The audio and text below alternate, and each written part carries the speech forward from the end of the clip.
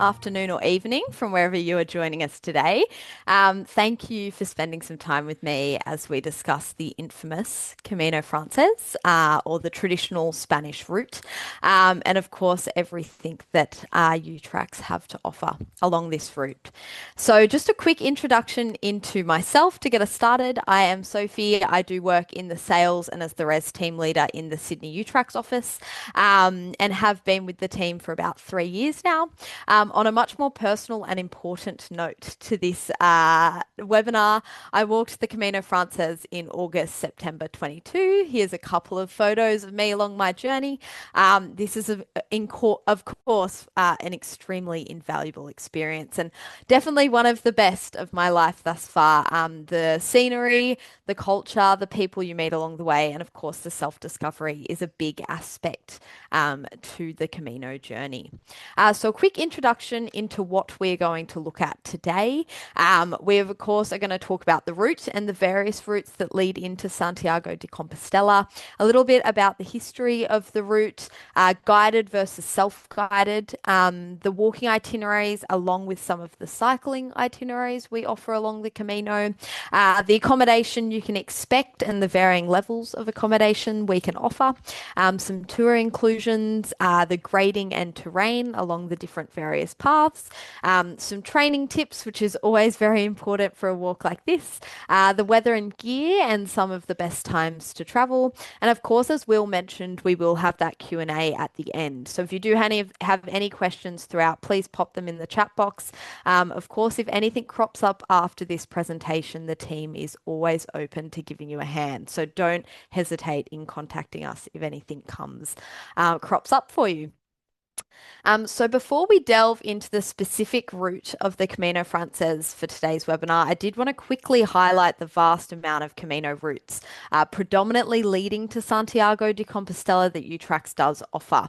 So to give you an idea of the amount of routes, there are currently 281 Caminos across 29 different countries in the world. 49 of those routes sit in Spain alone. So as you can see, many dotted lines there leading to Santiago de Compostela. Along with that, there are so many other routes in Portugal, France, and Italy, notably the Camino del Norte, which follows that northern coastline into Santiago. We also have the Camino Portuguese, which does begin in Lisbon, both a coastal and central route to that. The Le Puy Camino, considered one of the prettiest as well, beginning in Le Puy-en-Velay and finishing at Saint-Jean-Pied-de-Port, our starting point for today's walk. And of course, Via Francigena, which is the Camino leading into Rome. So all extremely special. There are some less trodden paths such as the Primitivo, the d'Inverno, or the Finisterre, which I will touch on today as well. So the Camino Frances, the French way, which is its literal translation, enters Spain via the Pyrenees, typically commencing in Saint-Jean-Pied-de-Port. This is the French side of the Pyrenees, hence the name. It is the pilgrimage route par excellence. It is definitely remains the favourite route with strong religious and historical significance. It's approximately 790 kilometres and typically takes around 34 days for people to complete this walk. So a little bit about the route. So around the year 1820 CE, the tomb of St. James the Apostle was discovered in Galicia. This was one of the most important events in the Middle Ages across the whole of Europe. It evidently began a movement of people along these pilgrimage trails, very notable religious figures to view the tomb of St. James in Santiago de Compostela. Many centuries later today, we see these paths have continued and flourished, with many walking these paths for numerous different reasons these days. Of course, that religious significance still holds, but cultural, historical, and community reasons are key drivers for people walking this route. UNESCO has recognised the cultural importance of these Caminos, and in 1993, the Camino Frances route was declared a World Heritage Site. This recognition was later extended to include routes through France and northern Spain in 1998 and 2015, respectively. So the Compostela, which is very spoken about with the Camino, it is the pilgrim certificate, was very much considered a verification that you had successfully completed the pilgrimage to the tomb of St. James historically. But these days is more seen as a symbolic certificate to say that you completed the Camino. It does require a minimum of 100 kilometers or 62 miles of continuous walking, or a minimum of 200 kilometers or 124 miles of cycling into Santiago. So, to talk a little bit about self-guided versus guided and some of the benefits to both of these different options that we do offer. Self-guided, it really is the biggest draw card of exploring the track at your own pace. Whether you're a real history buff and you want to read every sign along the route, or you want to go into every cathedral and historical building, you really can do this with your self-guided walk. On top of this, flexibility is a true draw card. You can start with many of our self-guided trips being daily departing through from March till October. You really can choose your start date and build your walk around any other travel plans you may have. With this, flexibility becomes flexibility in the itinerary that you do. If you really want to look at stopping in some of the more significant towns such as Logroño or Lyon, and having an extra day or two to relax, rest, or explore the significance of these towns, you absolutely can do that with your self-guided trips. And the team can always advise you on some of those special places to stop if you did want somewhere that has a little bit of history or excitement to add to your trip. Of course, you also get the aspect of community through self-guided. If you are a single traveler and you are a little bit apprehensive to doing something self-guided, I would say rest assured you are never going to be alone on this track. There are always people around and everyone is typically doing this journey together. So people are extremely open to chatting. In my own experience, I met a beautiful couple from Belgium, for example, that had walked out of their front doorstep and had been walking for months to arrive at Santiago de Compostela. So you really do get that community and everyone is quite open to a chat. In comparison, the guided, of course, the biggest benefit of being in the guided group is that expert local guide. With UTracks, we typically use a guide that lives or has lived in the area for a really long time. And that does mean they show a lot of pride in their work and know a lot about not just the path and the history of it, but the local businesses that operate there, the hotel staff, etc. They really do have good camaraderie and connections within the local community, and that can really be such a benefit to the trip experience that you have. They are, of course, a local wealth of knowledge. You are quite supported through them, and you have not lost that ability to have community because you are traveling with sociable, like-minded travelers. Again, if you really do want to go on this trip, but you're apprehensive to doing it on your own, joining a guided group is a wonderful option. And we have a large variety, whether that's at the usual pace, a rambler option, something that focuses on food. There's definitely choices for all. So definitely contact us if the guided option is something that you would like. So to start off with, the Sara de Santiago, the number one stage, the most popular starting point. So for example, in 2019, half of all pilgrims chose to walk the French way or the Spanish Camino, and one in every four of them started in Sarria.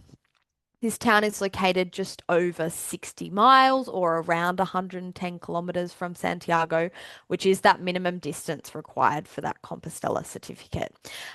With UTracks, we offer this route in various different styles, whether that's self-guided or guided in the traditional 8-day route, which is 6 days of walking and follows the typical stages that most people will do this route in. If you have a little bit more time on your hands, the Rambler choice is a great option. It does go for 11 days or 9 days of walking. It does split up some of those longer days, but In addition to this, it can give you the time to explore the towns in which you stay in each night. So this can be a really great choice if you do have a little bit more time on your hands, really do like the history or cultural significance of each of these towns. You really can stop and relish in them with that Rambler option. Accommodation I will touch on in a little bit, but of course we do offer this stage in an in comfort or upgraded accommodation option. And we also have our senior travelers option. Please note this is not exclusive to senior travelers. We have much younger travelers join this group, but it is more supported. You do walk with really like-minded people and you do walk at a slightly slower pace. So if you do want to join a group, but you are extremely concerned about the walking pace, this is a great option for you. So, on to some of the other stages that you can choose along this route. And if you're not as worried about that Compostela certificate, the Pyrenees to Logroño stage would be my first pick. It is a 10-day itinerary, 8 days of walking. Personally, I think that section walking over the Pyrenees is the most picturesque. Of course, it is a little bit more difficult, but you really do get that scenery, as you can see here in the top right-hand corner, out over the Pyrenees, which is absolutely amazing. In addition to this, you really get the atmosphere of starting pilgrims. And as you come over the hill into Spain, you enter Pamplona, which is, of course, a very famous town for the running of the Bulls Festival, but also has a very strong tapas culture. So you really feel like Spain hits you in the face when you arrive here. Onwards from here, you begin to enter the La Rioja region or the wine region of this part of Spain. Logroño is the capital of the wine region here. So if you do love wine or love food, this is a lovely place to finish your Camino. You can spend an extra few days here and explore the local wineries. It's also extremely beautiful to walk through the vineyards, some sunflower fields, etc. in this section. So I really do think it's a great part to do, and you do get that amazing atmosphere of all the pilgrims starting out from St. Jean. Um, if you are looking at doing those last 100 Ks and you really want the Compostela certificate, but you have a little bit more time on your hands, I would definitely suggest starting in Leon. Personally, I think Leon to Sarria would be my second pick in terms of scenery. You do get some mountainous views, which is absolutely amazing, and the route is much quieter from Leon to Sarria. So you do get a lovely atmosphere of it being a little bit quieter and then joining the bustling groups of people as you begin your journey into Santiago. Another very famous part of this section is the Cruz de Ferro or the Iron Cross.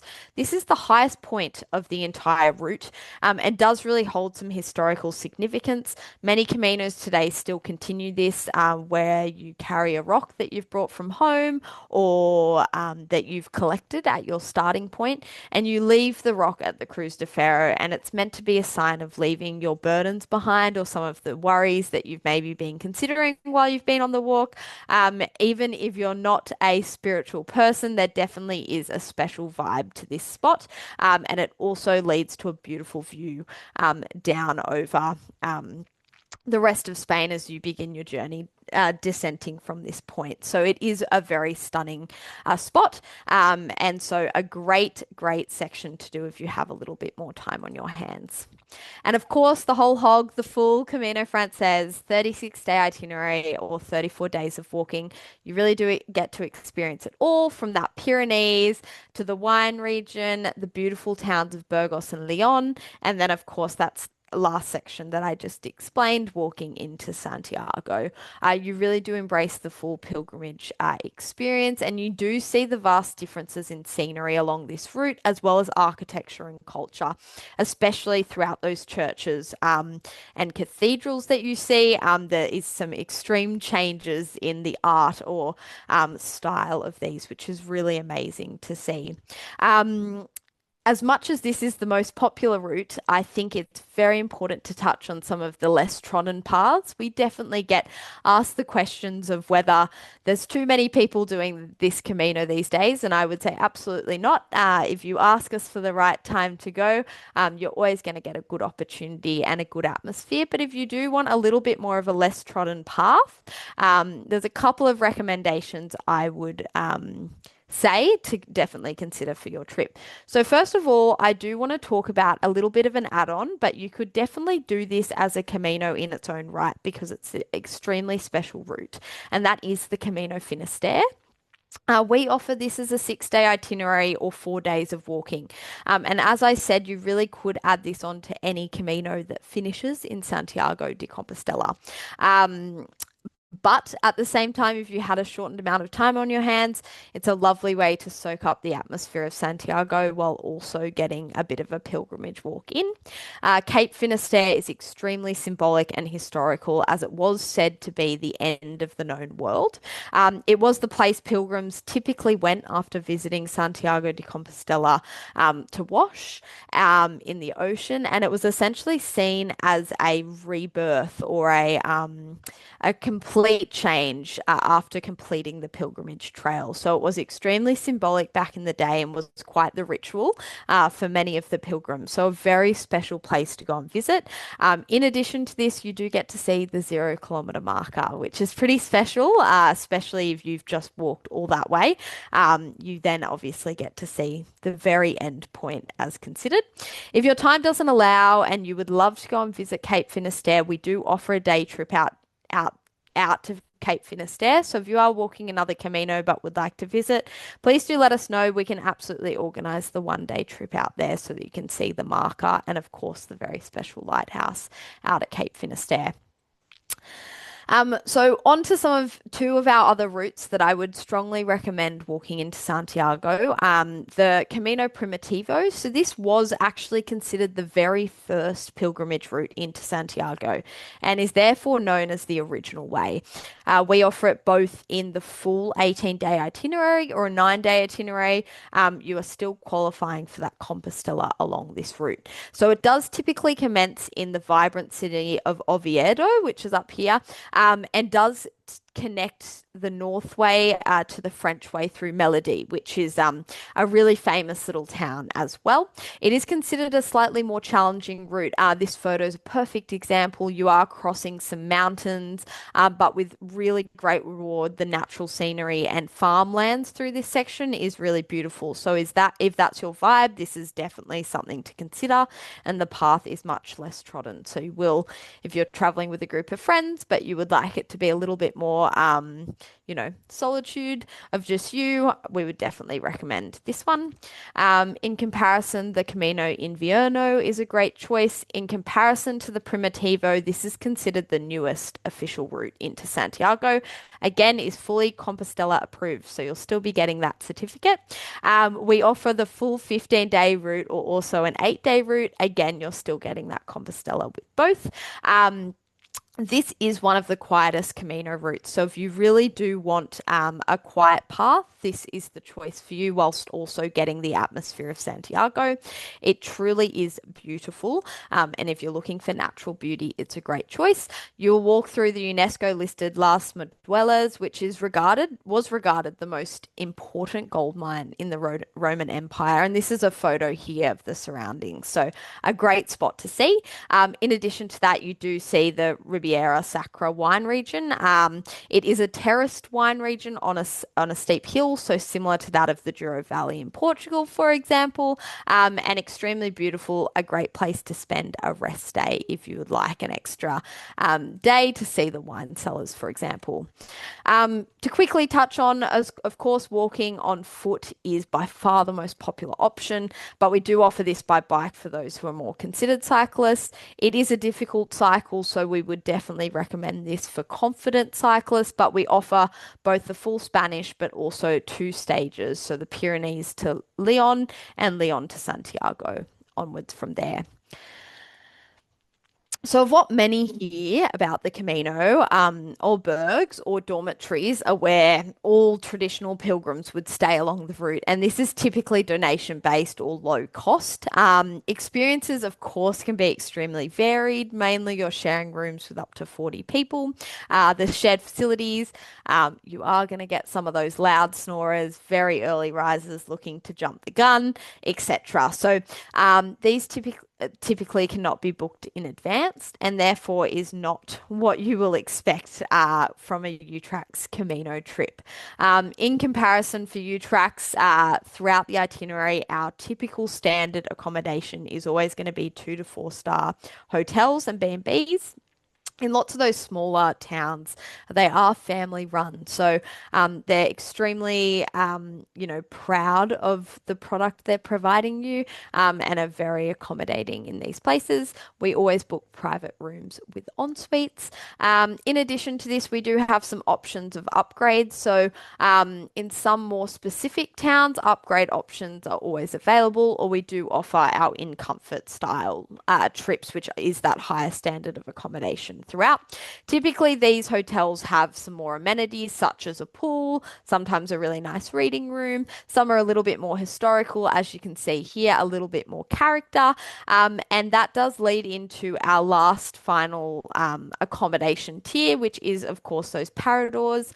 Many do read about these in the Camino books, but essentially they are extremely famous a Spanish chain and is renowned for the refurbishing of old convents, monasteries, hospitals, etc., and turning them into 5 star properties. They can be costly, but they are an experience more than just a place to rest your head at night. So, for example, here in Santiago, you are right in the square with the cathedral. So the team can always assist with these upgrades. And for the longer itineraries, such as the full Spanish, you can always look at just upgrading for the last night, for example, or a couple of nights throughout. So the team can always advise you on where may be the best places to upgrade for a little bit of extra comfort for your trip. So a big troll card of these trips are, of course, the luggage transfers and a very popular inclusion for many of our UTracks travelers. To give you an idea of a day on the Camino, especially with luggage, most of the time you'll get yourself ready in the room for your walking day ahead, and then your bag will be left at reception, typically around 8:30, 9 a.m. For the luggage transfer company. The hotel will always advise you where to leave it. You'll continue on with your walking day as per normal, and when you arrive at your following destination, your luggage will be dropped off there in the afternoon. The hotel will, of course, store it safely for you while you walk, or it'll be delivered before 6 p.m. if you do arrive early. Across our trips, it is one bag of 20 kilos per person. The team can always help with organizing additional luggage transfer at an additional cost if you do have extras. So don't fear, it doesn't mean you can't go on the trip. We can always give you a hand if you do have additional luggage. So to move into the exciting part, well, what I consider the exciting part, the food and drink, I will touch quickly on some of the specialties that you must try when you're on the Camino.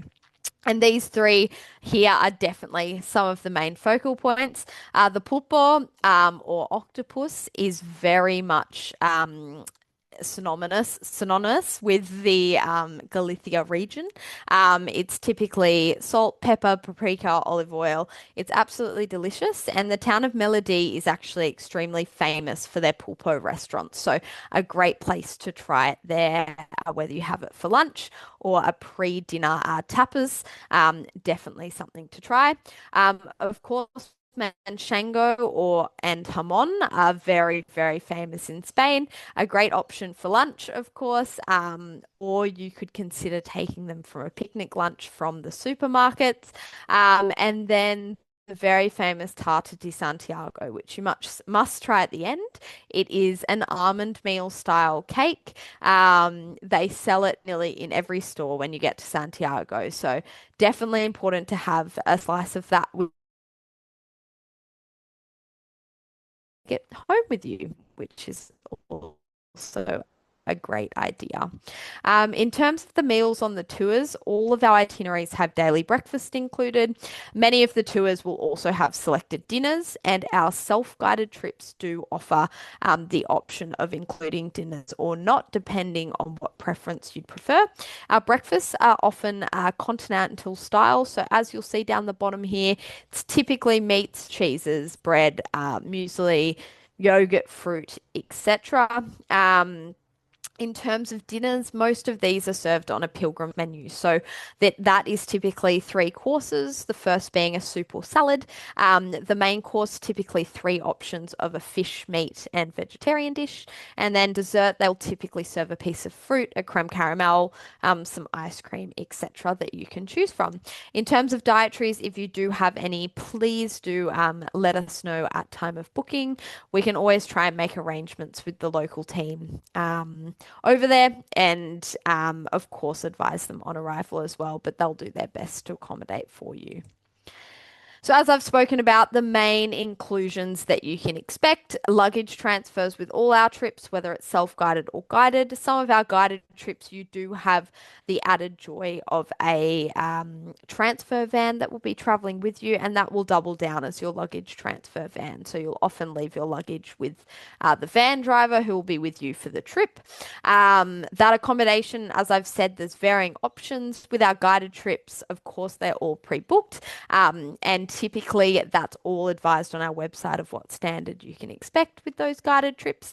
Most meals, as I said, there is flexibility with our self-guided trips of whether you want dinners as well for ease or whether you just like breakfast. So you can explore those local restaurants for yourself. And of course, the 24/7 emergency support number.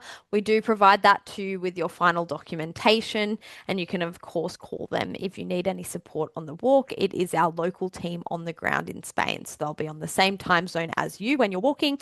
These days, we also supply a navigational app, but I will say this path is extremely well waymarked, so I don't think that you'll be needing it way too often. There's so many pilgrims to follow, and the waymarking is incredibly well done on this path. So you should be set to go without too much need for navigation. So the grading and terrain. So along this route, there is a varying different grades depending on the walk choice you choose. We generally the walks can vary from 12 to 30 kilometers per day or 7 to 12 miles daily. As I just said, the waymarking is incredible. They have put such a good effort into making sure these yellow arrows are everywhere, as well as those little shell signs, whether you see them on marked on the ground. Sometimes there was yellow ribbon in the trees. So the waymarking really is incredible. I would nearly avoid getting out maps if you can, because you don't need them too much.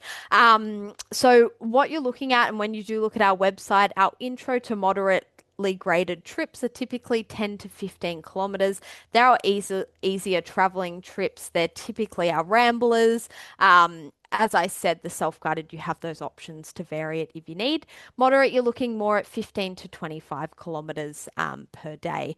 The trail underfoot is not too rugged. It's relatively a well-trodden path, depending on which one you're doing, but you typically can find your way. As I said, there is more relaxed options. So if you feel you need that, build in rest days to your self-guided trip, go on one of our guided tours with vehicle support, rambler options, and of course, in any case scenario, you can always call a taxi on the ground and get that onto your next accommodation if you feel you can't finish a day's of walking.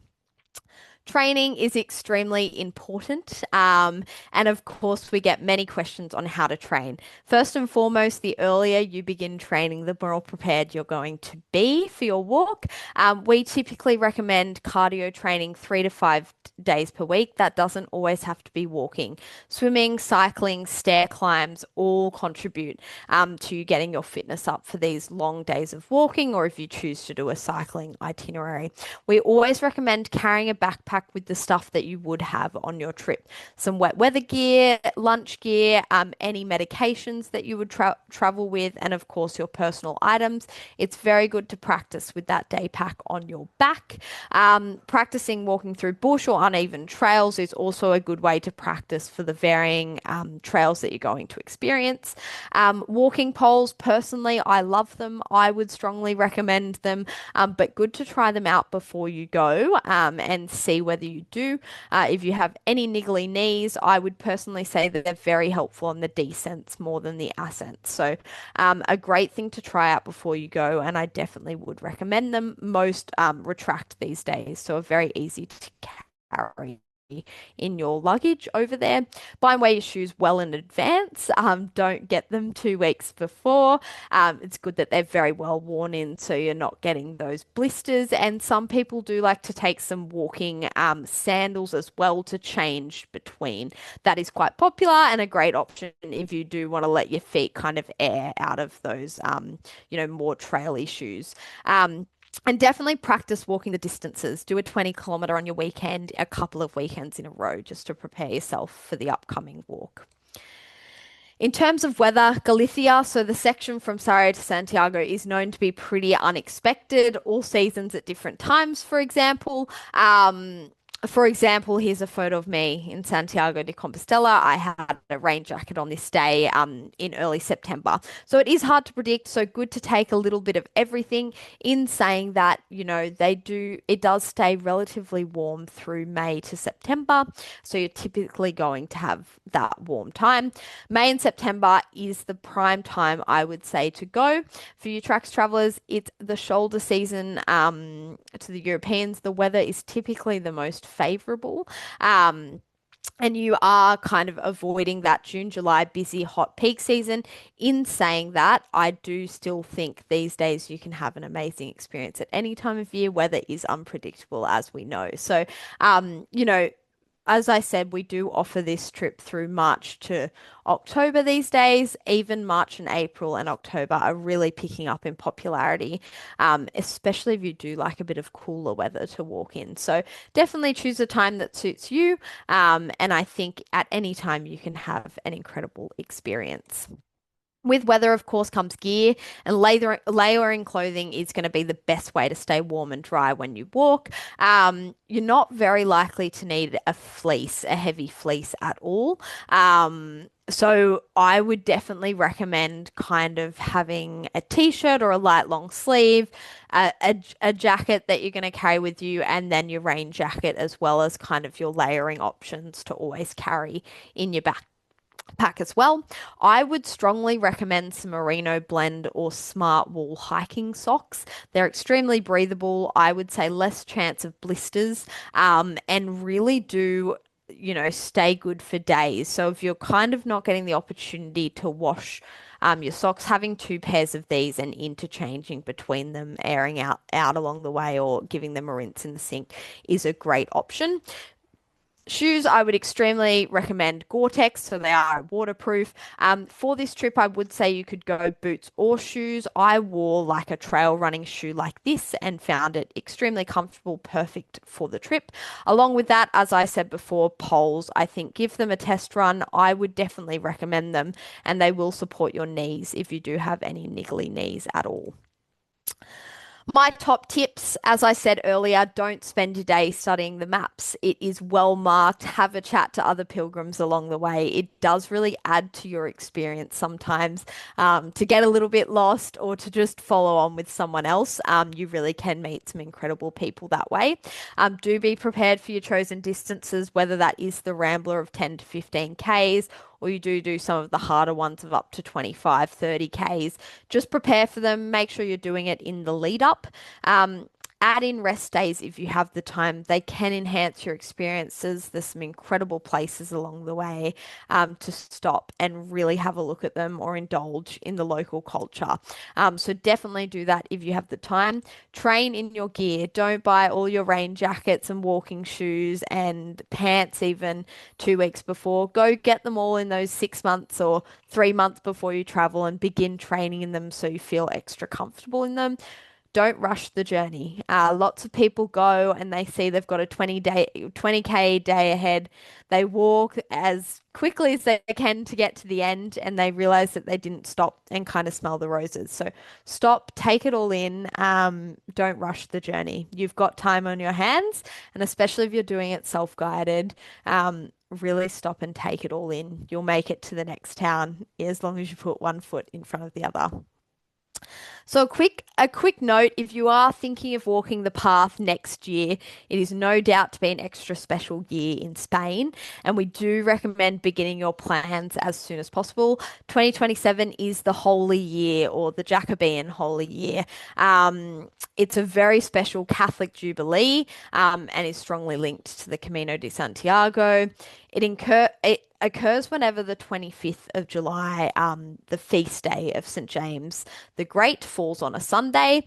So the most recent holy year was 2021, 2022. It was extended due to the pandemic. So the next one will be next year. So there are some special things that happen in Santiago. The holy door of the cathedral is opened, which only happens during holy years. And you will see an increase in cultural events, celebrations along the route.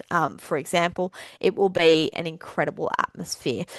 What I would say is if you are looking at going next year, of course, there is going to be an increase in crowds. So maybe look at that Primitivo or the Invierno as a alternate choice. You're still going to get to go to Santiago and soak it all up. But at the same time, the path that you choose will be a little bit quieter, with those extra people around. If you love the hustle and bustle, get amongst it, do the Camino Frances. It'll be an incredible experience with all the pilgrims next year.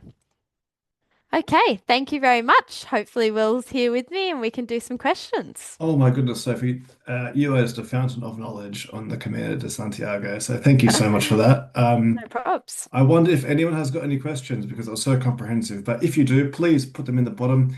There's a little Q&A box. Just type your questions in. But we did have a couple. Um, Rose, she's asking how easy it is to get vegetarian food in Portugal and Spain. Yeah, absolutely. So we definitely have a lot of vegetarians, and as I said, most of the places you stay do offer that pilgrim's menu, and I would say 9 times out of 10 there's a vegetarian option on there without even letting them know that you are vegetarian. So, yeah, I think it's very accessible, especially with the breakfasts as well. They are continental, so you typically can pick and choose as well. Yeah, and I did have a lot of the tortillas, which is like Absolutely. the kind of the eggy omelet things. Really, really delicious and get Uh, you going all the way. mhm. Um, uh, Bev, oh, she's asked that there's no mention of the Lipui Camino, Yep. which she is actually doing in May. How does that Okay. rank above your Camino trails? Sure. I obviously have, the Camino Frances holds a special part for me, but I would say the Le Puy Camino is definitely considered one of the most scenic, and the towns that you're going to stop in along the way there are, you know, extremely French, very beautiful, very succinct, with the French culture, especially in the south. So I think you're in for an incredible treat, especially with the scenery along the way. Yes, they do say that arguably that's the most beautiful of the Camino trails. So Yes. quite a nice experience. We've got Shireen is asking you about the Camino Portuguese route from Porto and would like Yep. to know what the terrain is like. Yeah, sure, absolutely. So from Porto, you are looking at there's a coastal and a central route. You're still looking at probably that moderate or introductory. So we offer it still in a rambler or a general route as well. Still undulating, and you're going to get that mixture of if you go central, you're getting those more historical towns like this Camino Frances. In comparison, the coastal's a little bit more like that Camino Norte, for example. You're getting the beautiful coastline, lots of seafood, etc. So choose the one you want, but in terms of terrain, you're still going to get that undulation of ascents and descents that you would experience on this one too. Yeah, yeah. And for more insights, definitely recommend watching our some of our films. We actually have films on the Camino Portuguese, the Camino Francis, and the Camino Norte, so you can kind of compare and see what they all look like.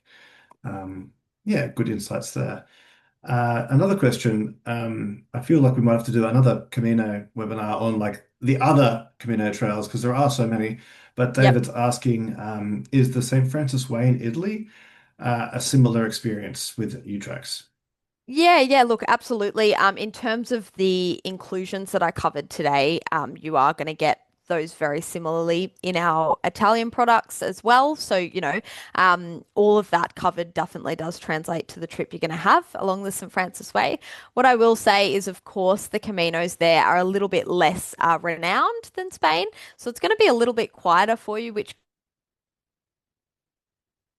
still walking part through, some really vibrant towns of Italy. So similar to what I've spoken to here, some quieter sections, some much more vibrant sections.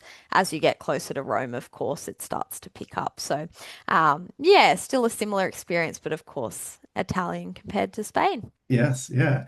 And again, we do have a film on the Via Francigena, so definitely watch that to help you get started. Melissa has asked something which I picked up on, and she asks, can you get by as an English speaker without knowing much of the local language? And Sophie, got to say, your pronunciation of some of those Spanish words was Oh, thank very, you. very good. Yes, absolutely. I think throughout this path, there are so like it's so international these days. So many of the accommodations and local businesses are relatively good. There will be some smaller towns if you're looking at doing the full Camino Frances. There are some smaller B&Bs where it's a little bit more broken English with the person that may own the property, for example. But in terms of getting by, I would say services are very well adjusted to English speaking tourists that are going to do it. Yeah, Absolutely. It would almost be a shame if everyone spoke fluent English and you couldn't interpret and use your hands a bit. for sure. Yeah. Um, ooh, lost my questions. Um, Cora has asked if she will receive a certificate if she does the Food Lovers Spanish Camino. Yeah, so with the food lovers, there's no Compostela. As I said, it is the continuous 100 kilometers into the end. Ooh, So, mm, I actually think that might be updating soon, actually. right, I have heard that, and I think you might be right, Rumors. Will. There Breaking is news. There is rumor mills. So Will is right. Currently it is, but there is talks of them changing that. So if you do walk any 100 kilometers of the route, you can get the Compostela. That change hasn't happened yet, so I can't guarantee that that will happen, but they have spoken about that changing. So at this stage, no, but it does look like there's changes to come. Fingers crossed, because those certificates are a fantastic souvenir They are. of your journey. Yeah, they look really, really awesome. Um, David he was asking about the St. Francis Way earlier, and he's just clarified to say he's doing the Assisi to Spoleto stage Okay, of the St. Francis Way, and I think that's probably the most popular stage to be walking. So good for sure. choice. For Yeah. sure.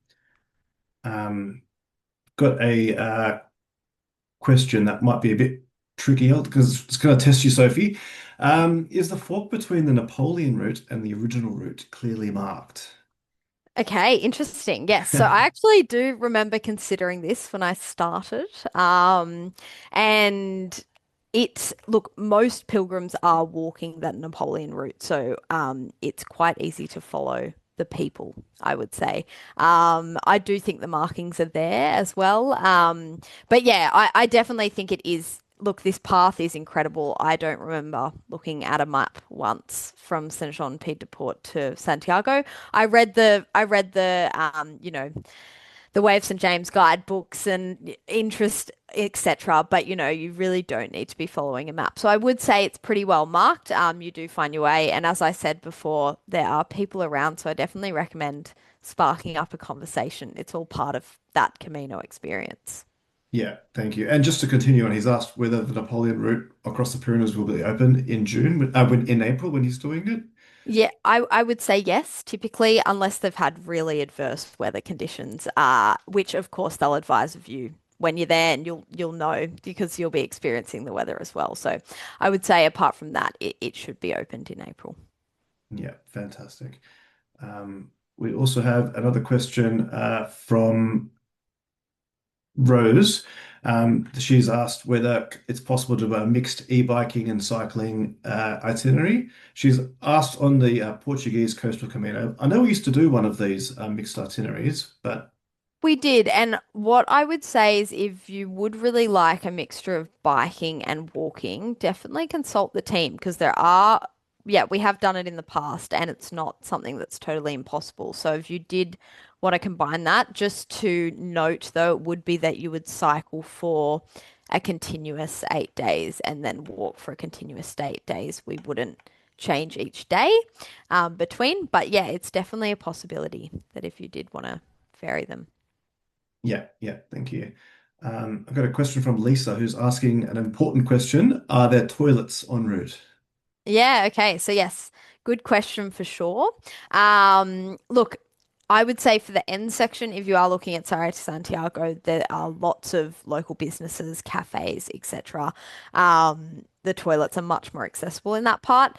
If you're looking at starting in St. John and walking the full way, well, of course, there are going to be some sections such as the background behind Will that are a little bit more scarce in toilet facility options. So, look, I always carried wet wipes or toilet paper. If you're someone that's prone to needing to go to the toilet, it's a good tip. Um, and yeah, there are going to be sections where there aren't facilities there, but a lot of the local cafes and stuff, stop for a coffee, use the bathroom there. Yeah, so you get used to saying café con leche, por Yeah, favor. Yes. absolutely. Thanks for that one. Just a follow-up question about the Portuguese Camino. Are there any problems due to weather? Apparently, a lot of the paths have been washed away. Okay, interesting. Not that I've heard of. Yeah, we definitely haven't had any issues with our travelers on the Portuguese Camino, on both of the central and coastal routes. So, yeah, Yeah, no issues there would be detours if for anything sure, like that if had that is happened the as well. case. Yeah. Yeah, so I wouldn't worry about that. And another one from Ed who's asked whether we have to have our passport stamped at the albergue, even though we won't be staying there. Yeah, okay. So no, you don't have to have it stamped there. All the hotels also stamp the stamp books typically. But along with that, the local restaurants, a lot of the churches or cathedrals have a stamp as well. Some of the shops where you go in and buy, a souvenir will also stamp them. So nearly all the facilities along the way now will offer you a stamp for the walk. Also makes a really good souvenir. So yeah, Yes, yeah. No. absolutely. Awesome. Okay, just wrapping up. If there's any more questions, please feel free to type them in the bottom of your screen. But yeah, I think this has been a really helpful webinar, Sophie, and it's definitely made me reminisce about my own travels along the Camino de Santiago. It's For sure. people say it's a life-changing experience, and I wholeheartedly agree with that. So if you're Me still too. on the fence about going, 100% make sure you give it a go. Yep. Um, yeah. Well, do you have any other tips, Sophie? I think that's you've covered every little thing. One last thing from me, I think, would be a recommendation is just to bring a little Tupperware container because during your walk you might buy a baguette along the way for lunch and or some ham or some cheese and you might not eat it all, you might want to save it for tomorrow and usually having it in its own little container is a bit neater in your little day pack rather than letting it all roll around. But yeah, it's just my little tip to add in there. Yeah. Good Okay. tip, Will. Right. Well, thanks everyone for coming up. We'll be sending this replay to you all tomorrow. If you do have any other questions, do feel free to look up your local UTracks office. And again, thank you, Sophie, and Buen Camino to everyone out there who's going to be walking it soon. Yeah. Thank you. Buen Camino.